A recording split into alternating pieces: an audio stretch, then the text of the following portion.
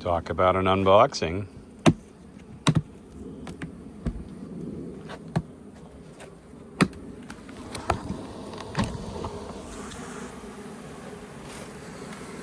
Yeah, there we go. So that's a whole bunch of bees.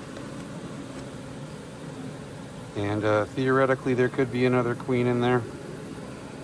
So I'm kind of looking around, trying to see what I see. And see if there could be a queen up in here. Ooh, I think I see her. She's right there. I just seen her.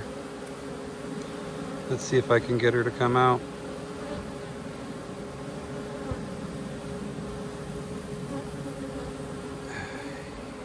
There she is. And there you go. There's a second queen in this. She's right there in my clip. And that's how they do it. Sometimes there's more than one queen in a hive. Isn't that interesting? Now the question is, what do I do with her? Oh boy. Time to make another hive, I think.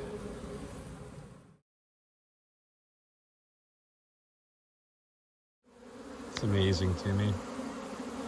They seem to like this area. You see them just marching like crazy.